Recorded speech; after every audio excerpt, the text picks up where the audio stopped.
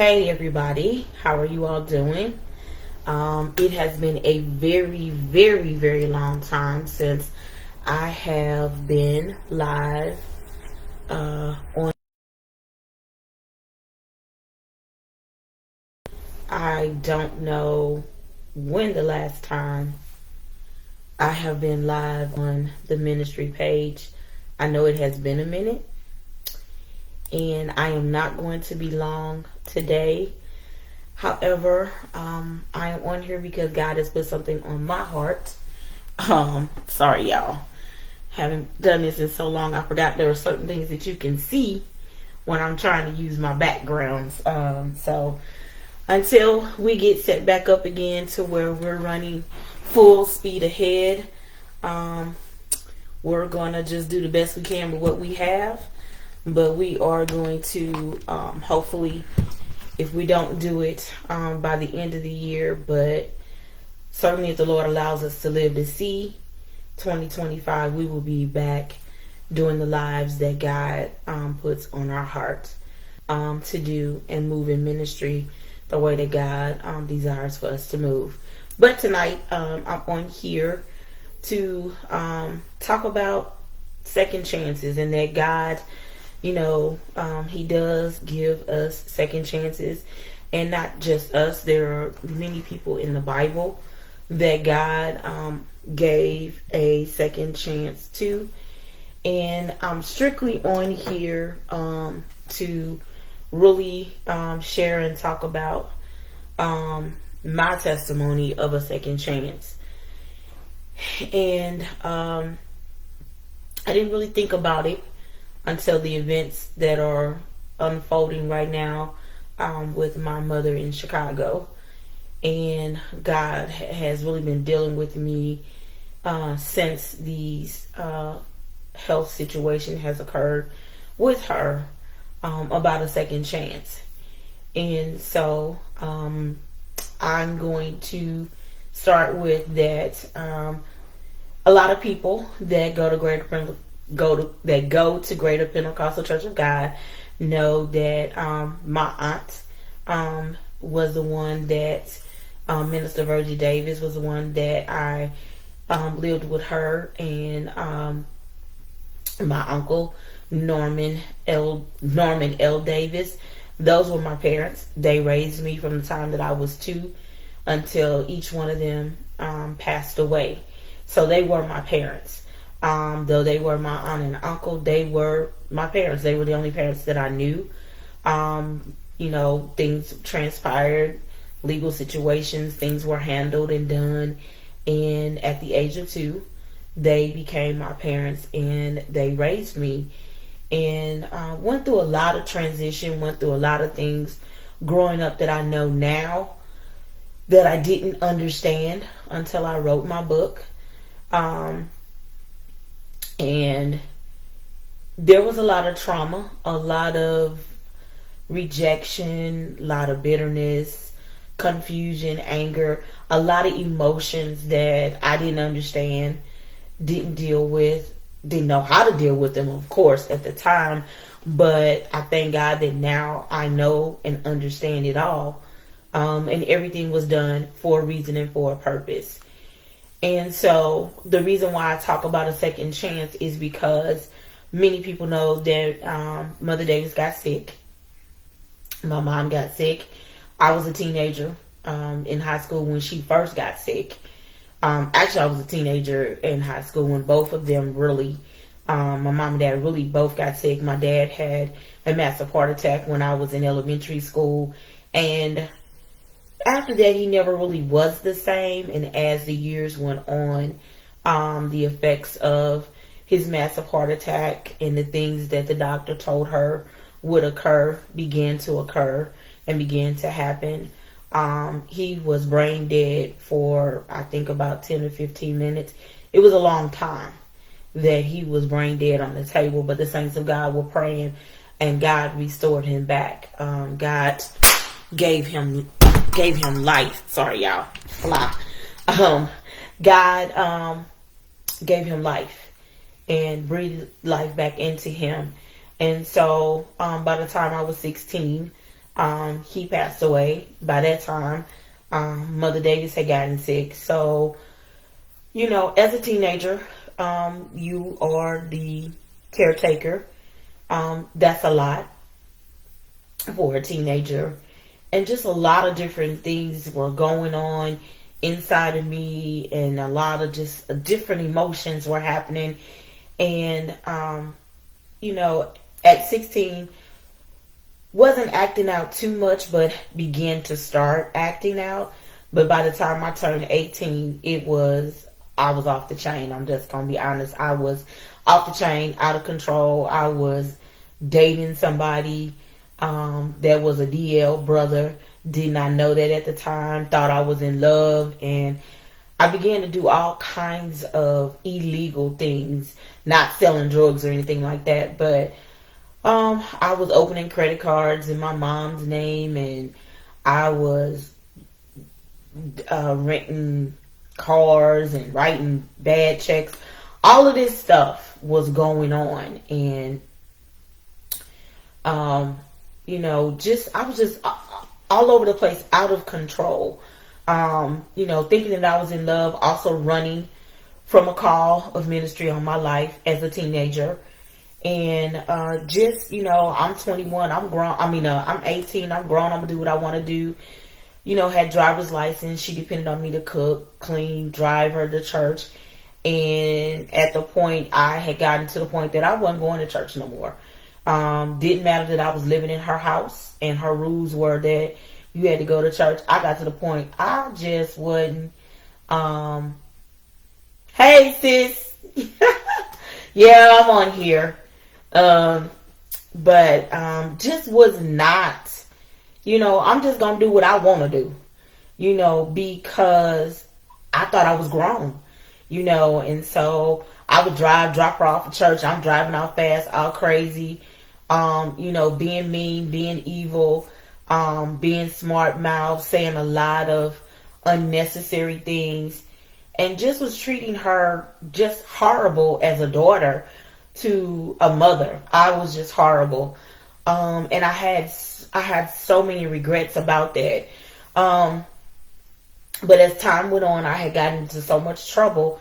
Yet she was a praying mother. She prayed for me. She never stopped loving me unconditionally. She never went along with what I was doing. She didn't condone it whatsoever. But she had a mother's love. She was unconditional. She was praying for me. And I don't know what all her prayers were, but I do believe one of them was that God would bring me back, that God would restore me back. So as time went on, I got into the trouble, and I wrote a check. I believe it was to Enterprise. I'm not mistaken. It was to Enterprise Leasing, and it was over $250, or it was right at $250. And so there was nothing she could do to save me other than to say that she did not write the check. She did not sign it. And they let her know, well, we're going to prosecute her for it. It's a fraudulent check. It's a bad check. So we're going to prosecute her. The account was closed. I didn't know that, but I'm out there just writing these checks. Didn't know that it was closed. Sears called, JCPenney's called. They wanted to prosecute me. She said no, and she paid it off. I didn't know this. I overheard a conversation that she was having with another one of the saints as they were taking us home. And this is after I had gotten into the trouble at this point. And I acted like I was asleep, but I wasn't asleep. I heard every word that was being said. And she said, they called me, and I told them I wasn't going to prosecute. I was just going to pay it off. And so she paid it off. She paid everything off to Sears and JCPenney's. But Enterprise was not something she tried, but she knew that there was nothing she could do. So I had to go to jail, got fingerprinted, and got released on my own recognizance. Can never say that word. And at this point, I knew I was in some serious trouble. And I knew I didn't want to go to jail. And so at this point, I decided to take some pills. She was a diabetic, and I know her. You know, I'm her caretaker, so I know her medicine. I know what her medicine does. I know how her medicine works. And at this point, I am 22 years old when all of this is happening. And so I took all of her pills that she had in her bottle. I think I only left maybe between 3 and 5 pills left. And by the time the ambulance got there for her, what actually ended up happening was they ended up really coming for me, but she did not know that because my mother was blind. And so I had wrote a note. I had wrote my suicide note, and I said, you know, I apologized to her for being a bad daughter, for all the things I had done, the trouble I had caused her, for everything that I had done, and that she and everybody else would be better off if I was dead. And so that's what I did. I took those pills. But how many people know that you can't go if God doesn't say it's your time to go? That's the first thing. You can try to take your life. You can try to do a bunch of things. But if God has not said it's your time, then you cannot go before it's your time. If he has not, you know, said it in a certain sense, you know, if there's purpose and there's something for you to do, you can. God also will look at your heart. And God will know, you know what? She don't really want to do this, but this is the only option she feels she has. By this time, the devil had told me that nobody loved me. Everybody would be better off if I was dead. God didn't love me. And it was just a whole bunch of turmoil going on. And so I took the pills. They came. They asked my mother about them. She had no idea about it. She didn't have a clue. She was like, oh my God. She was praying. She was calling my name. But I was going out of consciousness. I was fading out as they were talking to me.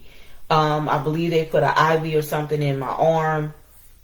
They reported it to the hospital that they were coming to, they were bringing me in because I was I had taken a bunch of pills. I had OD'd and that I was attempting suicide. So they got me there and they had to pump my stomach, and you know, they didn't put any medicine in my veins to pump my stomach. They gave me something to drink, and I had to, you know, upchuck what I had taken. So that was the way they were pumping my stomach, and I don't like that feeling. So I was very upset. But while I was there, I was crying out to God, saying, God, I don't want to die. I don't want to die. I don't want to die.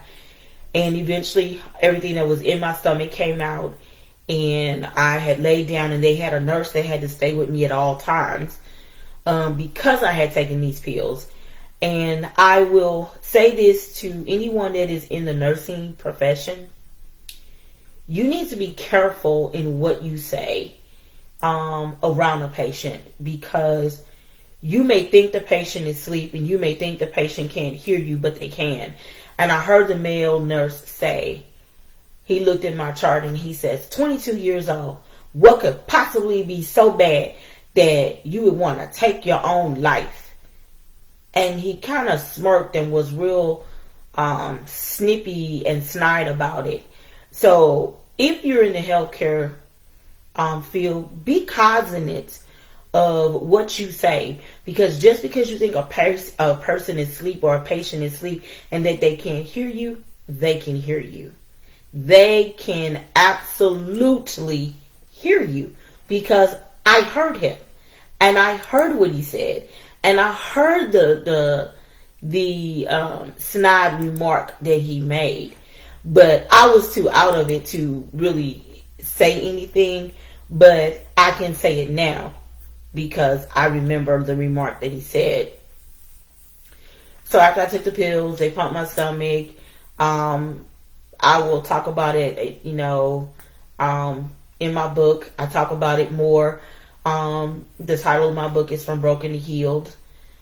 A Woman's Journey Back to God, I believe, is part of the title, but it's From Broken to Healed. You can find it on Amazon.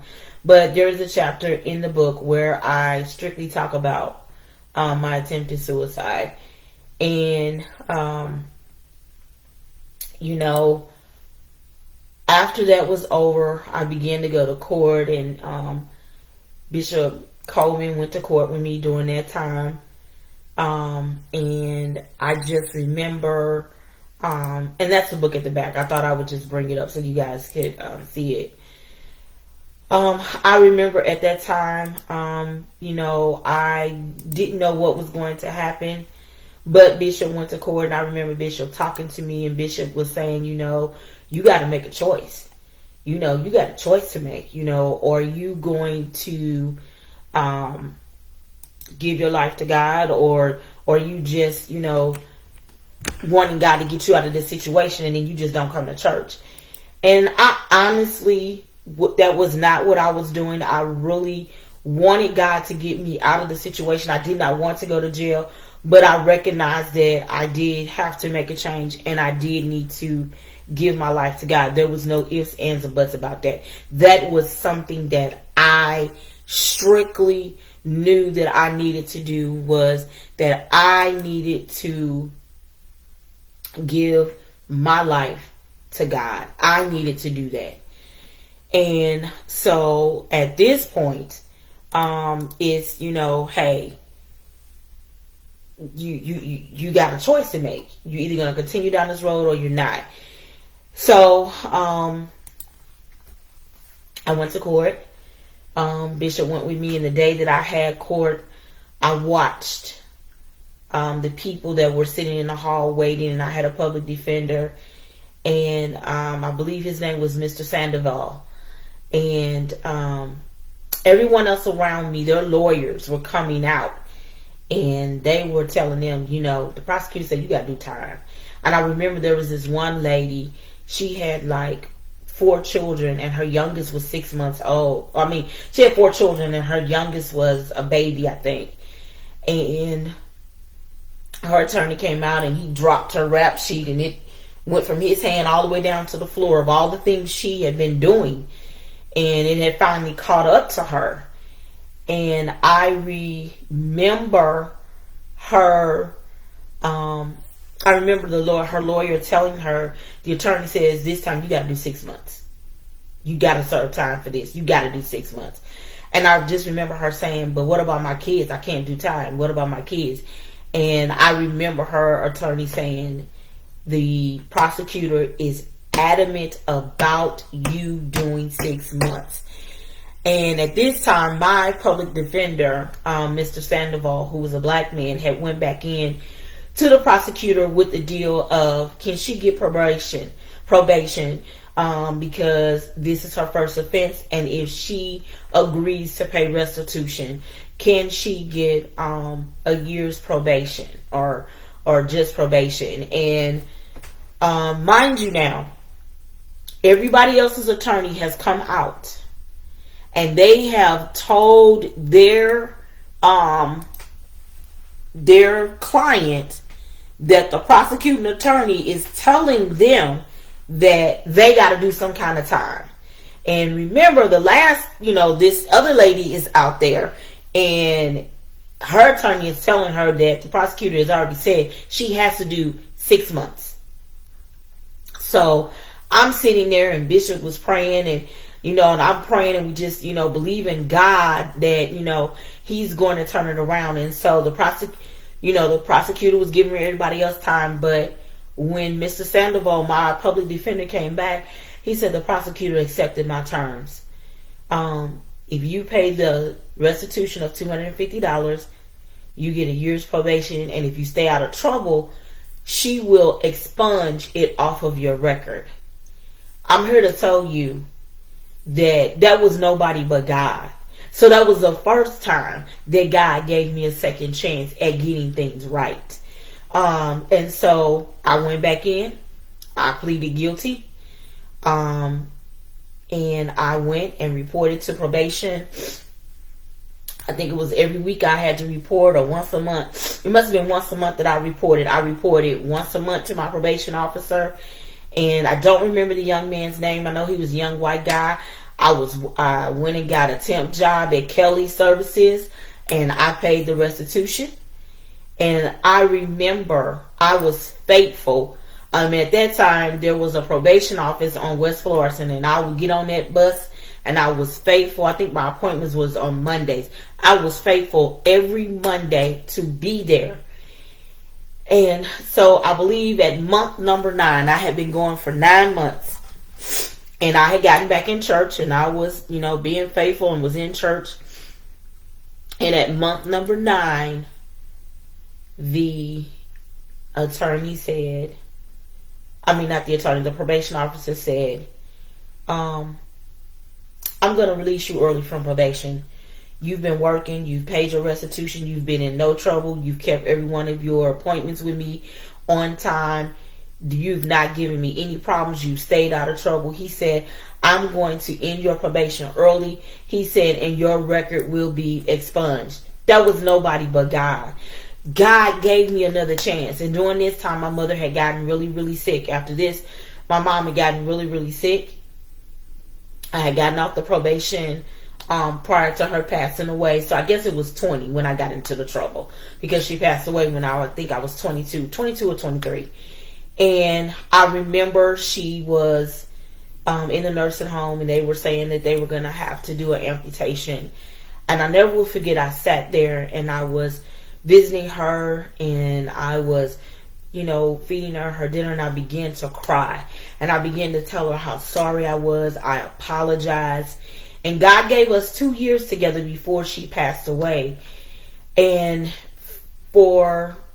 after she passed, I would say for the next 20 plus years, I have been riddled and laden with so much guilt in the things that I should have done for her, in the time that I acted a fool and I acted crazy and I did all this other stuff that I just shouldn't have been doing.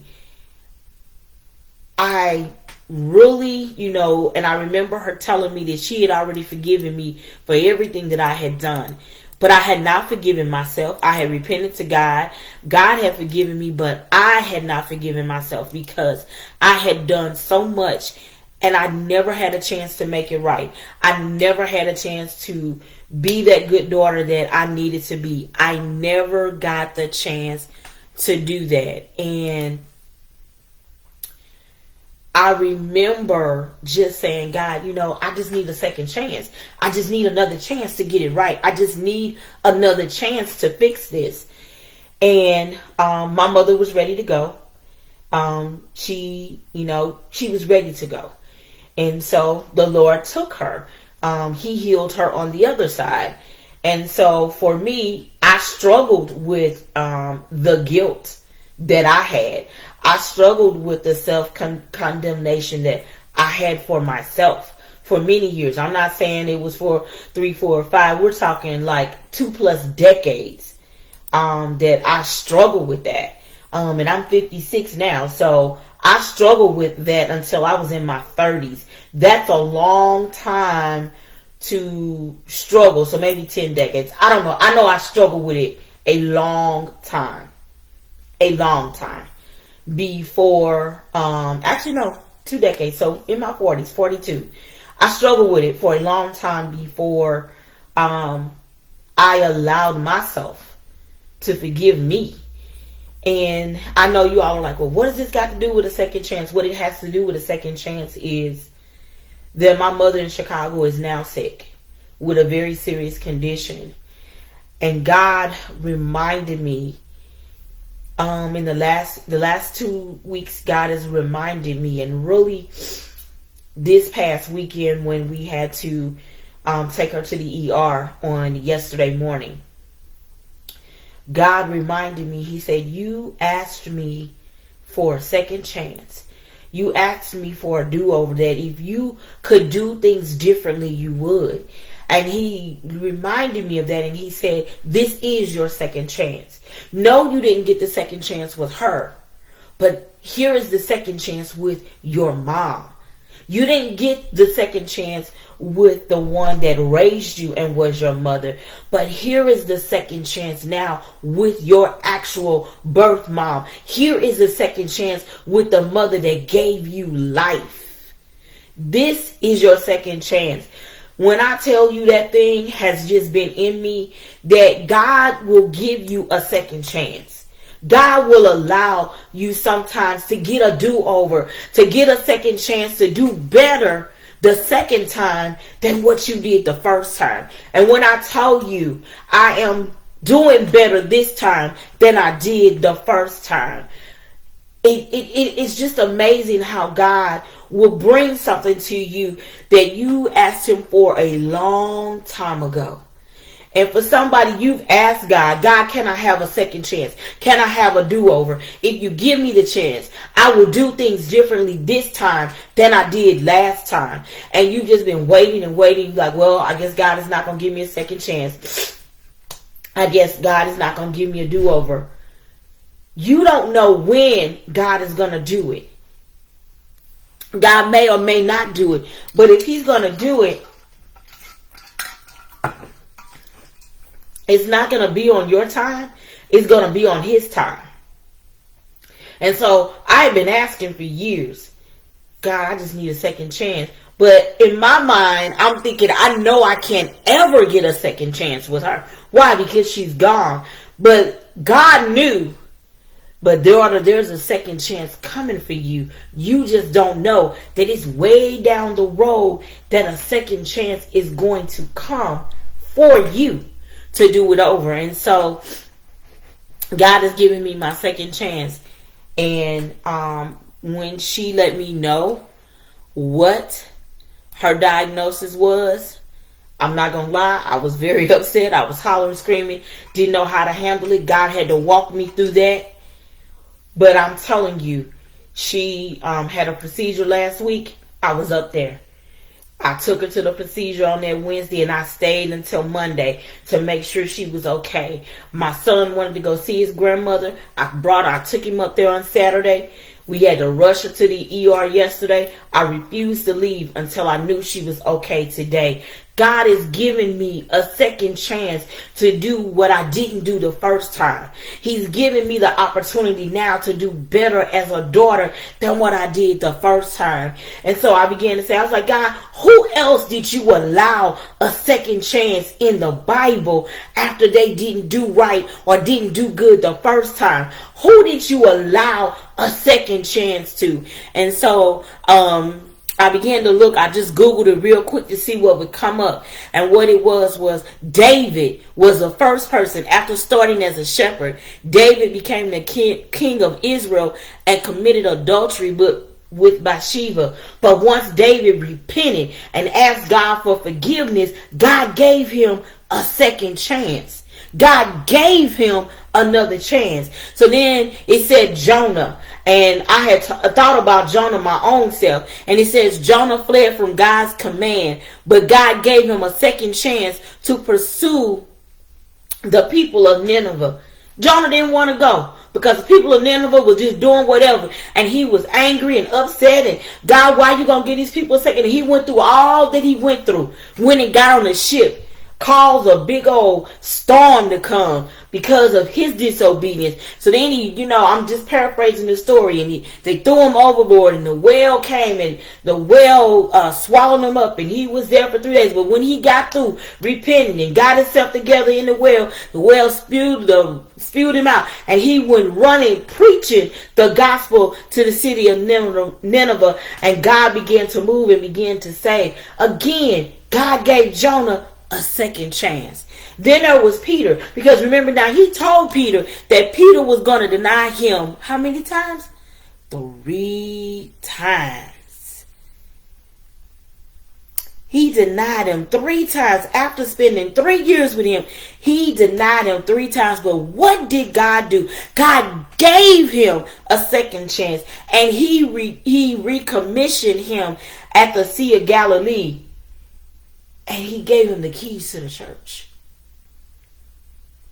After he denied him 3 times, God gave him a second chance. And then I'm gonna talk about one more person, and it was Jacob, because Jacob lied to his father so that he could get the blessing, but God gave him a second chance, and he changed his name to Israel after he wrestled with the angel all night long, and his hip was out of joint.